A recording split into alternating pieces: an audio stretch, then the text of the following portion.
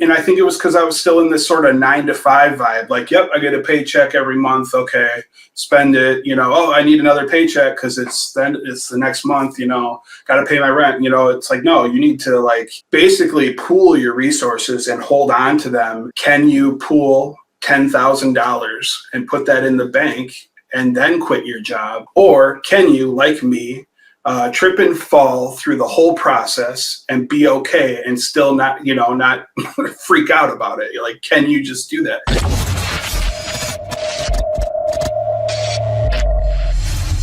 Let's be honest, you're not gonna find these videos anywhere else. Why? Because I make them. So it would really help me out if you subscribe. If you've already subscribed, what also really helps is if you like the video and leave a comment. It's hard in the era of clickbait videos on YouTube and negativity in the producer community, and I appreciate your support. Thank you so much. How long have you been making beats? Since 1999. Jesus. Doing it like this, like professionally, like where we're actually getting somewhere, I don't know, like a few years. Because, you know, before that, I mean, it was a lot of just, you know, it was very local. So, you know, we were really, at least I was only focusing on the local aspect of it. So opportunities weren't, you know, as great as they are today. They were very sparse. So, but I did a lot of, you know, performing myself. So, you know, that was my focus for making beats, was just for my own music rather than trying to make beats for other artists. So. Yeah, what's your actual musical background? Because you've been musical for a while, even before you made your first beat. Yeah, I mean, I've always been involved in some sort of performance. So, like, even when I was in second grade, I was, you know, one of my teachers requested that I go into Madison Boy Choir, which is this choir that in our city that tours around. And so I got involved in that real young. And then from there, it was just kind of like people felt like they saw that I had an interest in music. So they were always trying to push me toward things. So I got pushed into, you know, orchestra. So I was playing violin and viola. I got into band and was playing clarinet. And then like in 8th grade, my dad hooked me up with a guitar because he saw me playing his old acoustic from back when he was in the Army. And he was like, yeah, you need an electric guitar. And I still have that one today. I play it a lot. But yeah, so that's really when I started getting into more like kind of rock and metal. And I've always been into hip hop, but I didn't really understand like that I could make it yet. So my background was more toward like live instrumentation and things like that. And then finally in like, I think it was maybe like 96 or 97 when like Acid Pro came out. And that's the first time I was like introduced to a DAW where I could like record what I was doing. And so I was going to like all the audio shops and buying like loop packs way back then, like actual Sony Acid or Sonic Foundry Acid loop packs and on CD, and I would load those up and I would just paint them in and make my own sort of like, you know, songs, but then I would record them onto my cassette player, and then I'd go jogging or, you know, go outside and walk around with my little Walkman or whatever and just listen to what I made and stuff. So that was kind of how that started. And then, you know, we met in 2001, was it? Because I always forget. Or 2000. Yeah, I don't recall. I was 17. So yeah, and I was 19. So yeah, it was a while ago. But yeah, and then we just started. We kind of were already using the same program a little bit, and Fruity Loops was in there too. So yeah, we were using Fruity Loops. We weren't using FL. We were using Fruity Loops at that point. Yeah, yeah, yeah. What version was that? Do you know? Do you remember? It was the version before they switched it to FL, so it sounded less like a breakfast cereal for children. And then now people are FL gang, and it sounds so cool. But back then it was Fruity Loops, and you just thought of either cereal or like candy ravers, and no one took it seriously. Yeah, I mean, I see it like the NFL. I always think there's something in like football involved about FL today. I don't know why, but yeah. Yeah, so. If the NFL used to have a funny name that grown adults were afraid to admit and say out loud. No, I don't. We'll talk about that analogy later. Anyway, yeah. So guitar, you learned piano at some point, but you recently taught yourself to play bass and a few other instruments, right? Is this is Dreamlight's fault because you're trying to compete with him? No, I'm not competing with him. I'm competing with. I'm not really in competition with anybody because, you know, like everyone is able to do, you know, what we're doing. I'm in competition with myself, I guess. I just want to learn as many instruments as I can. But the thing about bass is that I've never felt good about playing it on keys because it just like rhythmically, it doesn't feel the same because I think I get my bass from playing guitar. Like I feel out the bass naturally that way. So it made sense to just grab a bass. And since it's really the same, you know, top 4 strings, I just decided, well, let me do this. And I could pretty much play it already, just, you know, without very little practice. I mean, you know, obviously I'm not like an insane bass player and slap. I can't do all that well, but you know, I've found my way around it, and it's been a lot easier to produce with it than just using a keyboard, I think. And that's another thing is that I always play out everything. I rarely like click things in, so I'm not a big MIDI, you know, writer. I'll go in and you know, fix things, but I'm not big on like starting anything that way in terms of like chords or even like melodies and stuff. I think that's another big thing too, is I think in chord, or I think in melodies more than I do in progressions and rhythms. So that's another reason I like to just be free on the keys or free on the guitar, that sort of thing. And for the record, we did not go to the same high school at all. No, opposite sides of town, but our town is not that big. But big enough where I never went to your neighborhood. But I went to proms at your school after you graduated. You went to a prom, but we're not going to talk about that. Oh, yeah, no. But it's funny though. So Ableton gang, we already have the producer tribalism. However, that's a relevant statement. Because you recently switched to Ableton and you love it.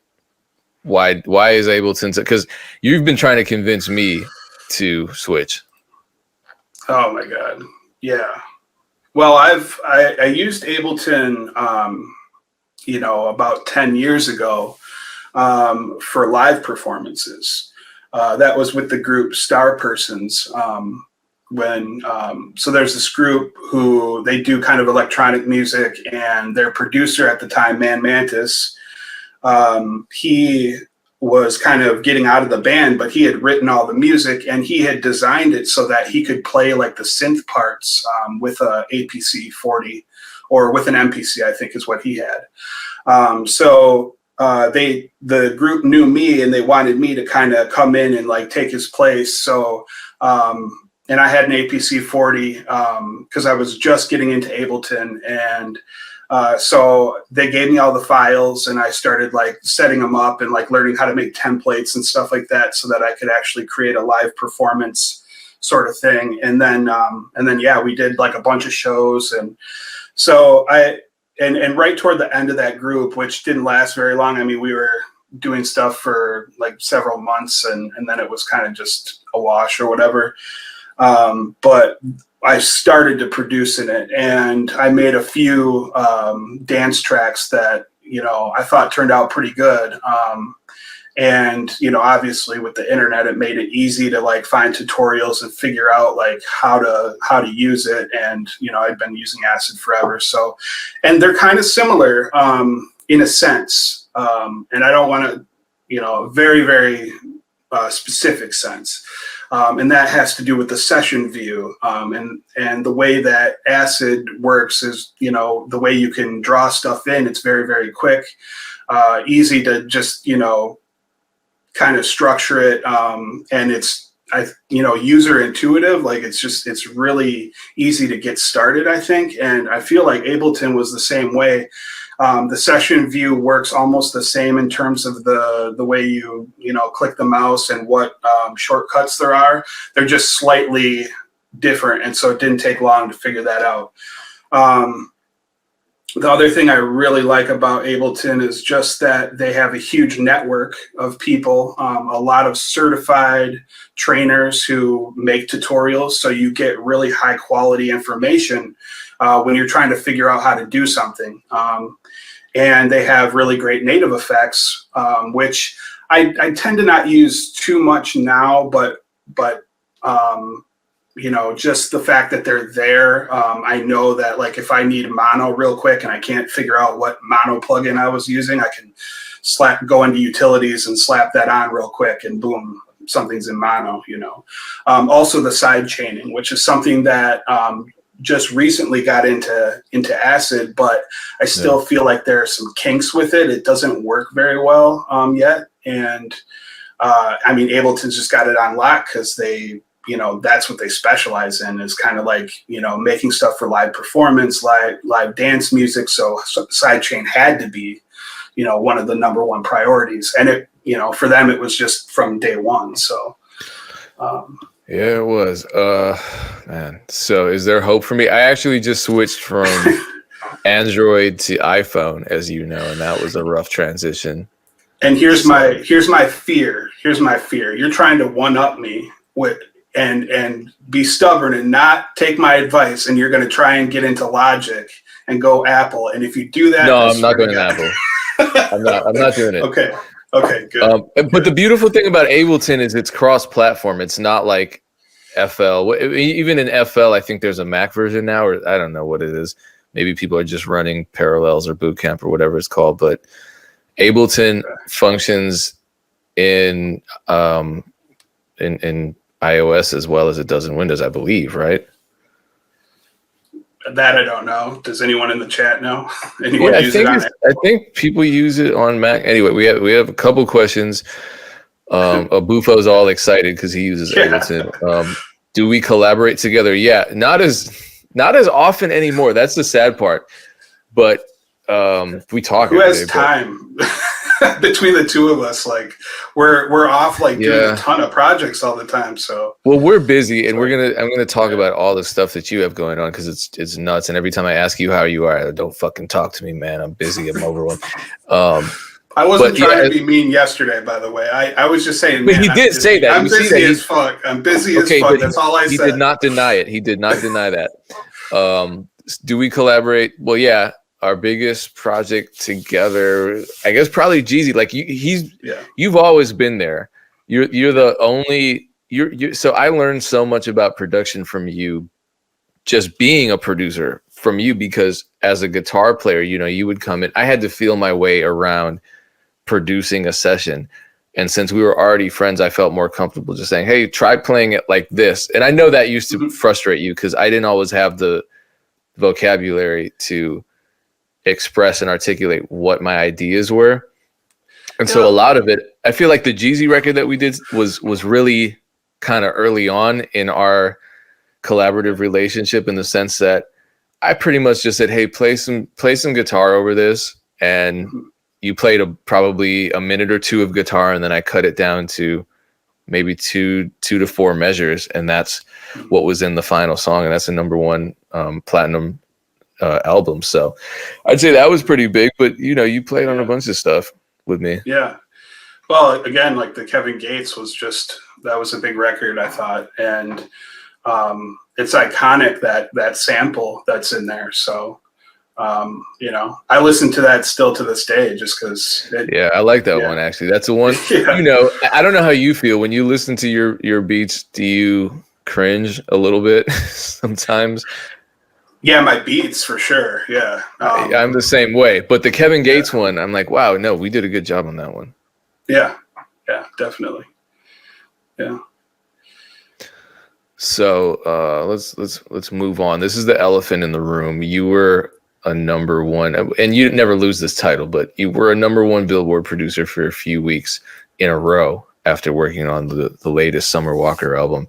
And that was and continues to be a huge commercial success for her. I don't know if it's been certified gold or anything yet, but it will be. I'm calling it. It was on how long was it #1? 3-4 weeks? I lost track after a couple weeks. It was a long time. Yeah. I just, I heard talk of they were trying to make that Toxic is the name of the song. They were trying to make it the single. And they'd be stupid not to. Yeah. Yeah, but they didn't. They went with another track. Well, they still can. Oh, okay. I hope. Okay. Let's. I didn't know that. Right now, everybody in the chat, let's all type. Cross your fingers. Summer Walker's next single is Toxic. This is a manifestation exercise. Seriously. Because so the song, and it doesn't. It make this is why it makes sense. One, it's a good song. Two, Lil Durk's on it, and so it's kind of a no-brainer as far as I'm concerned. But anyway, let's talk about that record. So who are your co-producers on that song? So Dylan USOB, that's his handle. If you Dylan Graham, yep. Dylan Graham, yep. And Dream Life, obviously, and then oh man, I'm blanking on his total name, but the actual producer who got the beat, I didn't know him personally, but now I've talked to him a little bit. So and we haven't talked enough. So if you want to know his name, maybe you can look it up. I don't know. I honestly forgot his handle, but yeah, it was those three and me. So it started out with Dylan, and Dylan had actually sent me a chord progression to play over, and that chord progression was it was different from what the final result was. So, but the way he had played it, I had played some parts in a specific way, and he put that on a pack. And then Dream Life took that pack, and he took that sample because he really liked it, and he started chopping it up and doing different things to it, pitch the chords and whatever. And then he put it in, I think, another pack. So they were kind of, and I think it was another collab between Dylan and Dream Life. So, and then once they had that, this producer had bought the pack, and then he made the beat, sent it out to Summer Walker, and bam, she picked it up, loved it. And so it came back, and I'm really, Active by Night. Thank you. Okay. Yeah, that's his name. Active by Night. Yeah. Dope guy, dope producer. I feel like he killed it on the track. So, but yeah. It was a long process. It was a 2-year process too. That happened 2 years ago. I had just started working with Dylan. I think it was one of the first packs we ever did, or it might have, yeah. Man, what was it? So Swimming Pools was the name of the pack that I think Active by Night bought. But the one before it, I think it was called After Hours, and that was the original Dylan pack. So if you ever wanted to get the original sample with the original sounds, get After Hours. But if you want what Dream Life did to it, get Swimming Pools, or get them both. And then there you go. So it took 2 years from when you created that idea to it actually coming out on the Summer Walker album. And yeah. I think a lot of people are looking at that and thinking, damn, that's crazy. But sometimes it takes longer than that. Yeah. I mean, I know you're working on records that are placed, and maybe even some of them are already out, and you still haven't gotten paperwork. So it doesn't even feel like it's real yet, right? Yeah, I mean, so I'm not aware of any that have been that are already out, but they have performed, and that's an issue too, because we should be seeing something from the performances. So we've actually had to pull stuff off YouTube and send it to our lawyer and just say, hey, this has been performed so many times that you guys still haven't given us the contract, and we haven't signed anything. We've agreed to the, compensation and all that, but it'll never hit. I mean, ever, we'll never see the publishing until they finalize it. So, and even then, then it has to go through that whole process of, getting registered and whatnot. And that takes forever. Well, I'll say this. I've noticed that the bigger the label, the faster it is. And I don't know if that's true about everybody, but for me at least, the bigger the label, the faster everything goes. Where when you're dealing with small labels, man, it's like pulling teeth, every part of it, every aspect.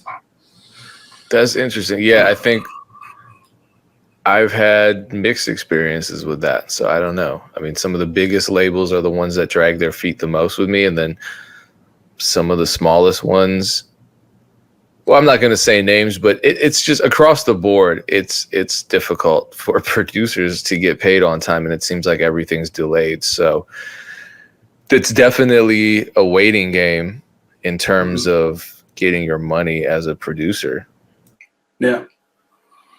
Yeah. And, I mean, there's not much you can do about it. I mean, in one particular instance, we've had our lawyer contact the label over 10 times.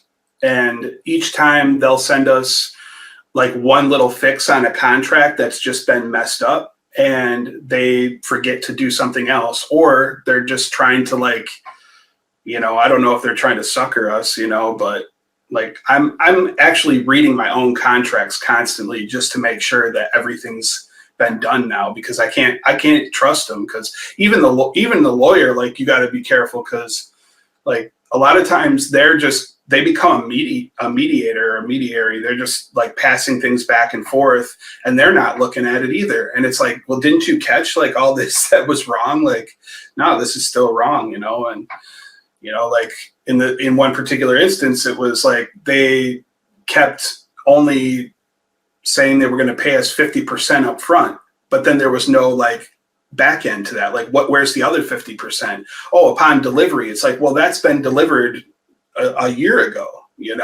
and it's already been performed and everything. Like, I pulled that card not a million times, but I pulled that card a couple times with placements where I'm just like, already behind schedule, pay the full amount. I'm not playing that 50, half up front, half. Come on, man. That's ridiculous. That's from the old days when I guess maybe there was a time in the history of beat making where you would get paid right away up front, and then the song would come out and then you get paid. I don't know. That's never been my experience. It's always been like the song comes out and then you're waiting to get any money. So you should just get it all at once. Right. Yeah. I'm time stamping that because that was an explosive moment. So how did that placement happen? Do you know how that placement happened?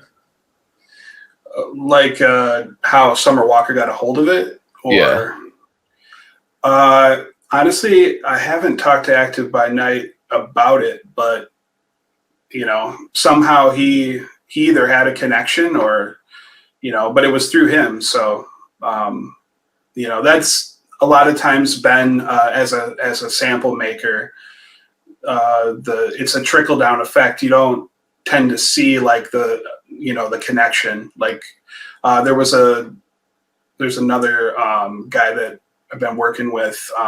We put out a record with I think his name is Crucial. Starts with a K. He's from like the Midwest somewhere, but Crucial Perry, I think his name is, or something. He one of the packs that Dream Life and I were selling, just we gave it to one guy, or he bought it, and the next thing you know, he had that placement for us, and then he had another one, which is one of the ones we're still waiting on. But we have no idea how he was contacting them or anything. We didn't even really ask. So, that's something we probably should ask. If it's but you don't want to step on people's feet about it. Like that's their conversation. So yeah, but you probably want to connect with them and just maybe get a working relationship with Active by Night and just send him stuff. Yeah, like I wouldn't go with his connections. I'd just work with him, and then we'd work together, and it would be revealed over time. So Bufo wants to know, did everyone involved on the production side of the record get an equal cut? Ooh. So percentage wise, Dylan, Dream Life, and myself got the same.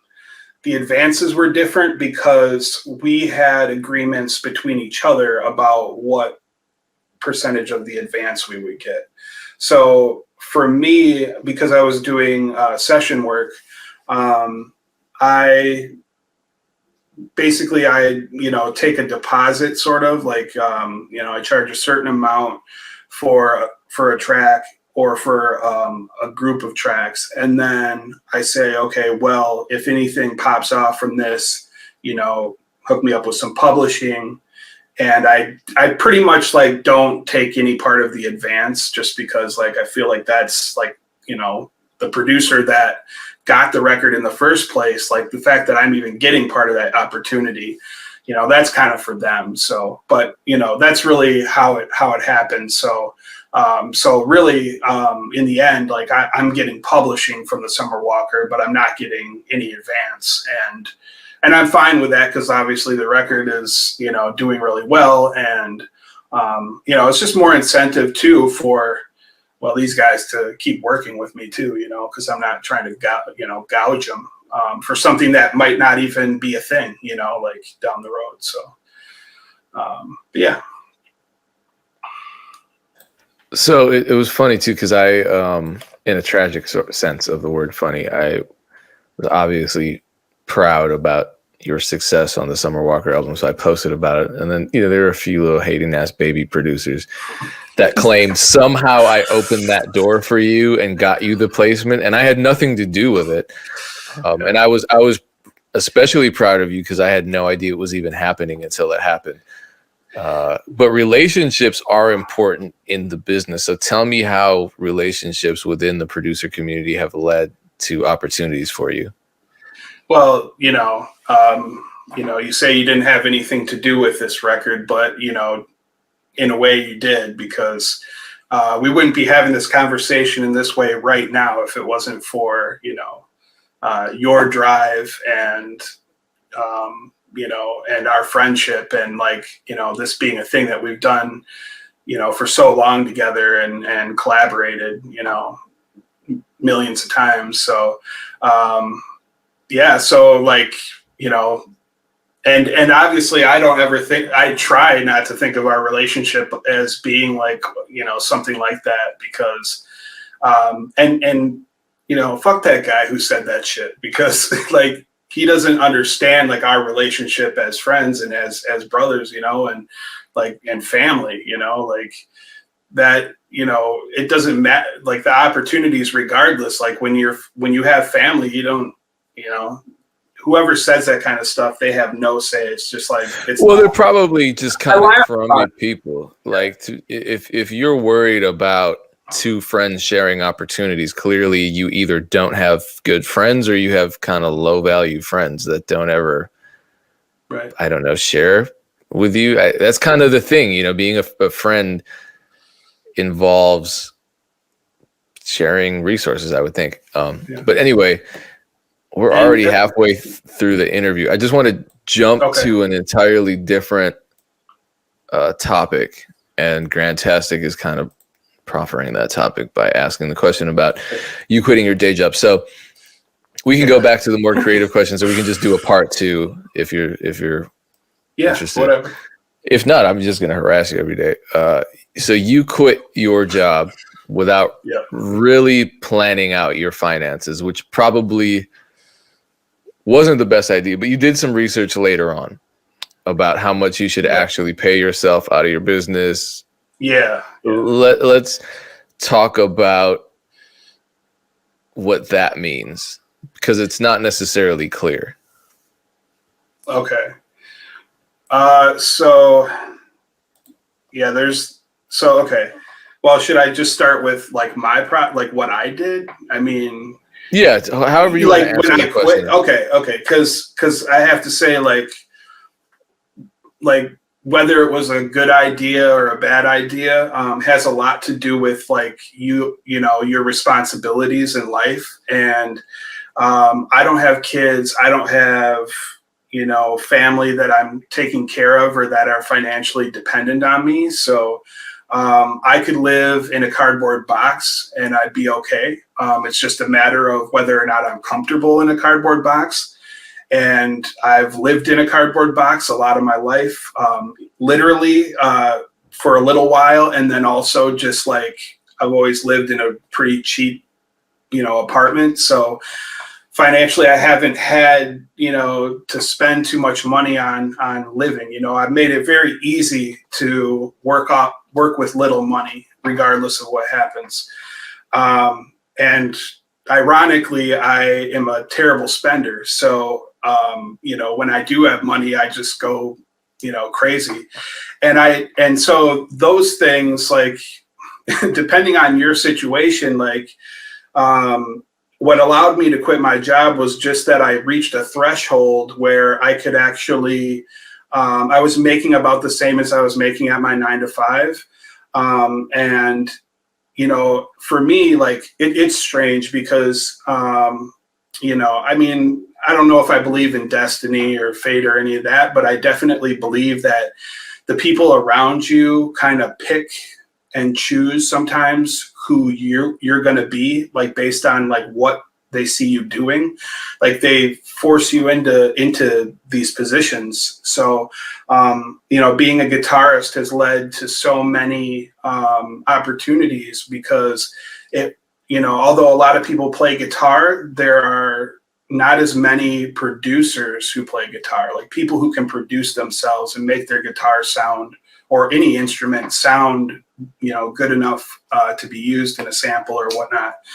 And obviously that people are growing, you know, and they're learning. So that's great.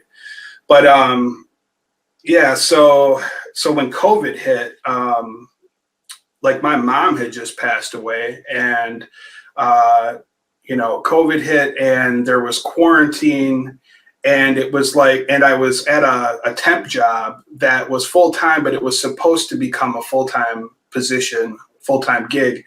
And they ended up gutting the business. And so I lost my position. And right before I was quitting, or right before they were gonna, you know, let me go, I just quit. I said, well, you know what, I'm done, because I'm starting to make enough money from sample packs, and that was the main source of my income. So, but the mistakes that I made were that I didn't take into consideration taxes. I didn't take into consideration how much I should be spending. So like, you know, like I said, I'm a bad spender. So when I get money in my pocket, I just start throwing it wherever, you know, like I was buying a bunch of gear, which is okay because it's a tax write-off, but I was also just doing a bunch of things, wasting money and not paying, you know, attention to what I was spending it on. So like, there's a lot of income that's just like, where did that go? You know? And so, so now like 2 years in, it's like, okay, you know, and also like kind of not avoiding, because I don't want to say tax evasion. I've known I've had to pay taxes on the money I made last year. So, and a bunch of you, I bet, are just cringing, like just, oh my God, yeah.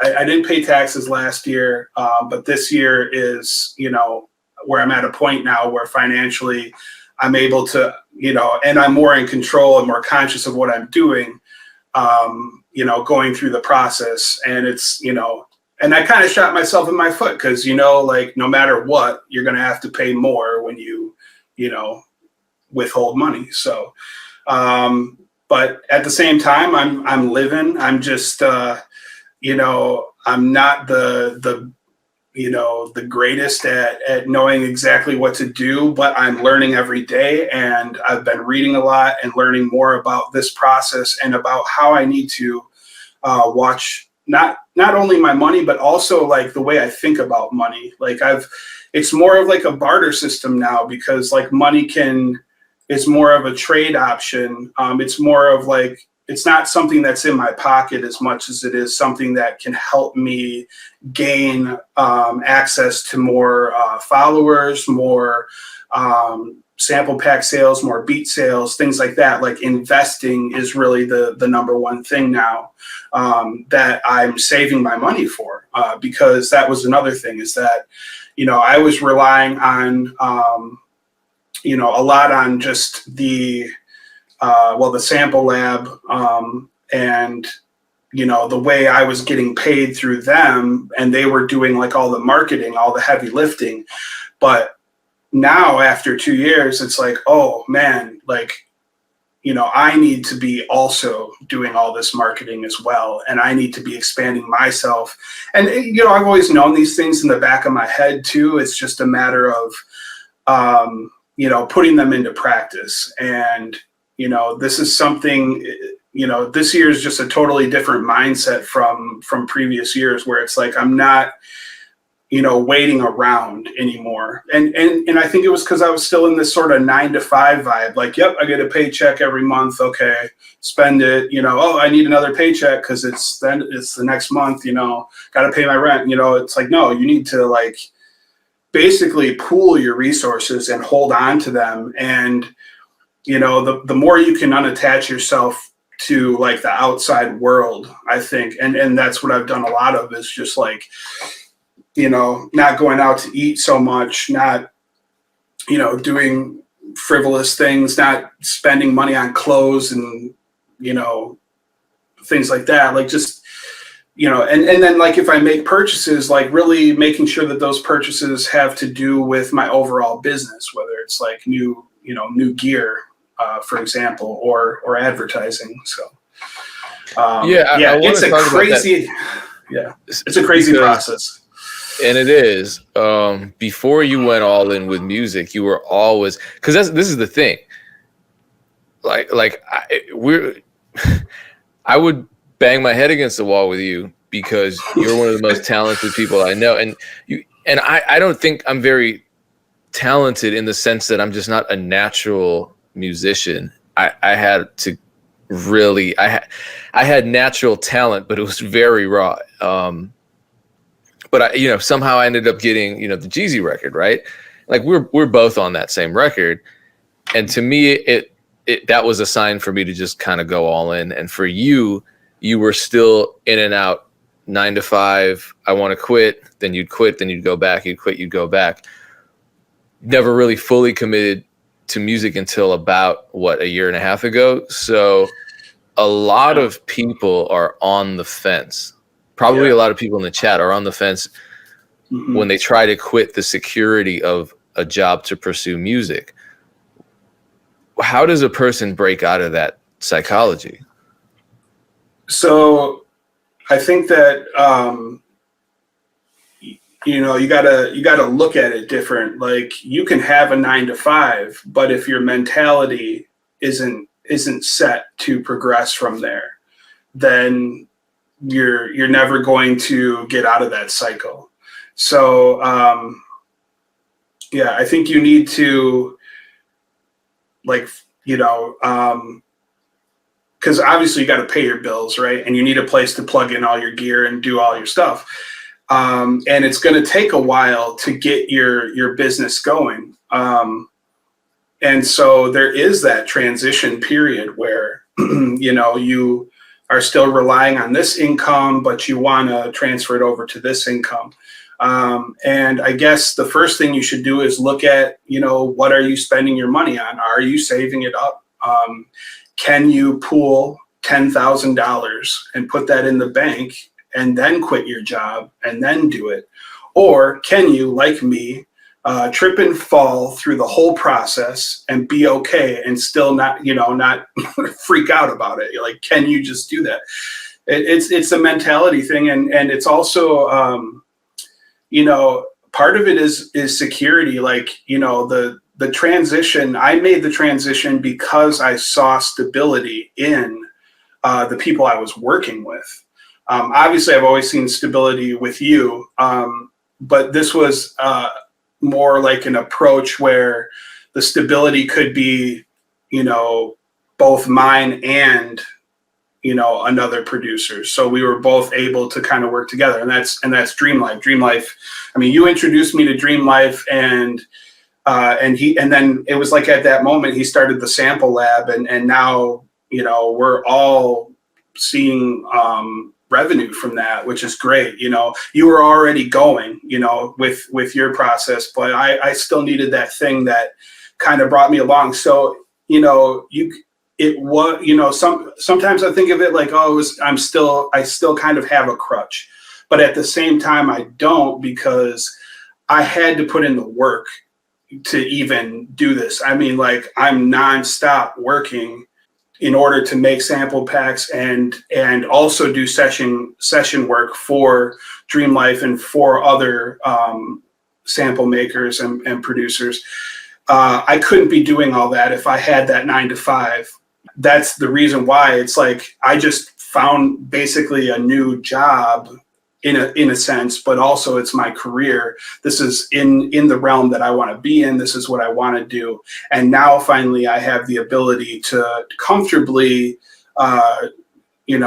get myself out there, put myself out there and get, better known, essentially. So, and I'll just say this real quick, like, not everyone has the same opportunities. And if you have less opportunities than say I did or someone else, and you succeed in what you're doing, I mean, congratulations and bravo. I mean, that's huge. Like, I mean, you should feel extra good about that. So, but if you're, making an excuse about it, like, oh, well, so-and-so had, help from this person or that person or whatever, it's like, I think you're missing the point of the whole, be your own boss, like, to look at what someone else is doing is childish. Like, you need to focus on yourself and your craft and take all of your weaknesses and start to build strengths, and focus on your strengths really,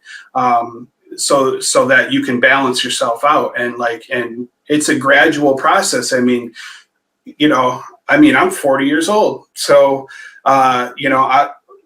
my hair is going to be completely gray by the time I get this all in order. It's going to take 10 years to really do what I'm doing. But like in a way that's like, okay, now this is like what I consider success, at this point, like, right. But do you even have gray hair right now? I have some like little white stubble that's growing in, but not in my hair. No. Okay. Yeah. And I still got my full head of hair too. So that's nice. Yeah. You might be good. You might be good. Yeah. I mean, anyway. This is a good question. Thank you for all the prompting, Bufo. How does one hire you as a session player? Oh, well, you can DM me on Instagram, or you can hit me up, email. So memory608@gmail, or @memory608. And we can, talk about like pricing and things like that. But it's it just sometimes it depends, because it's in terms of my schedule and things like that. Like, if I bring in too many artists to work with, obviously, like, time is limited. So yeah, and then I get cussed out, so don't overwhelm him. Yeah, and don't think that money equals time, because it does not for me. Some other people think it does, but no, you can't pay me enough for my time.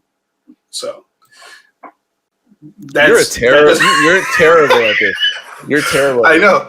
I'm not trying to sell myself. I don't want to sell myself, because that's someone once told me, it was another artist. He looked me in the eye and he used your government name. He said, "I just don't think Jason likes money."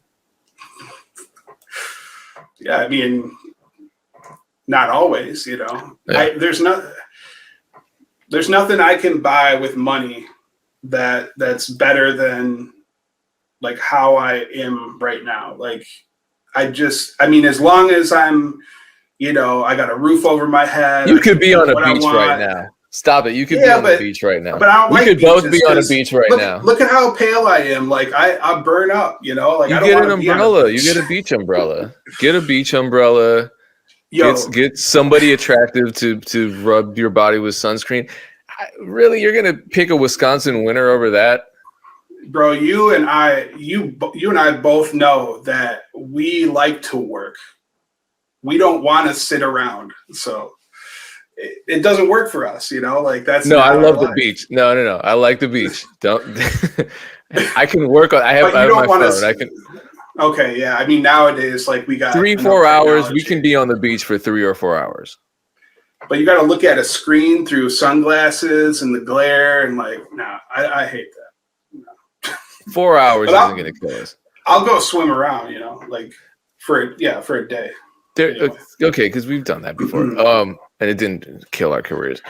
So I want to talk about how you're so overwhelmed, blah blah blah. You make a ton of content. So how many sample kits do you release a month? One. Literally one. 1.5 maybe. But we're trying to work toward 2 a month per individual. And for me, that means one kit like the one I just released, where it's, really detailed. It covers all of the instruments in each sample. So you got bass, you got keys, you got guitar, you got everything, vocals even. But then the other kit is going to be more loop based. So it will just focus on guitar, and I'll be focusing on different aspects or different genres. So don't quote me, but I'm starting to sort of work on a jazz pack. Because jazz is something that, I play a lot of soul, but jazz is another monster, and I want to start tackling it. And so that's kind of how I actually choose like what packs I'm going to do. It's like I think about a genre, I think about a style of guitar playing, and then I go into that realm to learn about it first, and then whatever comes of it, that becomes the sample pack a lot of times. But there is a strict, adherence to like making good shit. I'm not just like willy-nilly trying to play something and then, oh yeah, I'll just sell that. Like I don't believe in that. It's got to be good. So, and there are, people in place, Dream Life, that will tell me if something sucks, and he'll say, no, try this or do something else. But, another thing is the process of making the samples has been sort of a joint process for quite a long time, where Dream Life will actually do most of the mixing and mastering, the final sort of product. But now I'm taking that role over. So the last pack was all me. And the only thing he did was run a master bus on it. And that was it. So all the mixing, all of the sound design, sound design I've been doing, but just, getting the levels right, EQing things so that they make sense in the compilation at least. Because obviously you can get stems and then you can do it yourself, if you don't like what I did. But yeah. So let's go back. Oh, I got to type in the site, thesamplelab.com. We had a long time. We've always had talks about financial literacy, and that's just kind of one of those things that we don't discuss that often in the producer community or in the music community at large, unfortunately. And you see the effects, the ill effects of somebody not being financially literate. You hear the sad stories and cautionary tales, but you don't really hear too much about how to avoid that. Let's talk about. Can I say something about that? Yeah, of course. In America, I think the culture is not to avoid it, but to just allow it to happen, because there are so many ways to accrue debt, and those systems are set in place so that more money can be made, because debt literally is, money. It's like reaching into the pocket, for whatever there is. And that's what banks do. They got to keep loaning money. Otherwise they go bankrupt. They have to do that. So, but it's become crazy because there's all these ways that you can borrow money, like, you know, school loans. Like, we didn't even talk about my school debt. Like, I got my my bachelor's degree in anthropology, but I owe $50,000 because of that, and I'm not doing anything with it. Now, I learned a lot, and I can use what I learned, like, and apply it in other ways, which is great. But, you know, $50,000 is $50,000, and that has interest on it. So literally, you know, money is being made off of me constantly, you know, and that's really the thing. It's like a swarm, like you're just covered in honey, and, you know, flies are just sticking to you and grabbing bits and running off with it. And like, you're just always coated in it and trying to get this off of you. And then like, there's this whole feeling like, oh, I'm not standing on my own 2 feet. Like, I'm not, you know, I'm not worthy. I don't have good credit or whatever. And these are just, you know, things that have been created to like put you in your place or control you, you know, make you feel like, oh, well, you can't get this phone unless you pay more. It's like, how are you going to make a poor person pay more money for a phone, for a good phone, just because they can't pay their bills? Like, no, it should be the opposite. Like, yeah, the less money you have, you know, well, you know, it's a political debate, you know, we can talk about communism, whatever, but you get the point. Like, it's just, it's so hard to even be, you know, financially intelligent. No, it's fun. The ironic thing, being poor in America, or in general, but especially in America, being poor in America is expensive. Mm-hmm. It is. Yeah, it's the most expensive thing. That's why, you know, poor, like homeless people go to jail for being homeless, and then how do they get out of jail? They have to pay. Right. That in and of itself should be enough to show us that there's a problem, but it gets a little deeper than that. So let's talk more about financial literacy. Damn, we're running out of time. I'm gonna ask this one last question. It's kind of a bombshell, but it's based on a conversation we had, and you said some stuff to me, and I was like, oh shit, we got to talk about this. Yeah. So we got to do Cloud9 wants to come on and do a session with the 3 of us. So maybe that'll be the follow-up, the 3 of us. I don't know if we've ever done that with like 3 total strangers all on one accord. I guess with the songwriting, I'm willing to try it out if you are. Okay. But you brought this up. What do they mean when they say only pay yourself a percentage of profit from your business? Because it's like, if I'm a producer and I make $50,000 in a year, I'm probably thinking I just made $50,000 for myself. Time to black out. That's a mistake, right? Yeah, there's definitely a rate. So there's a couple equations, and I can't think of them offhand, but you can Google them. And those equations tell you what percentage of money based on your profit that you should pay yourself and how much you should reinvest. So it's a very specific equation, but it's also a ballpark because, you know, we all kind of live differently.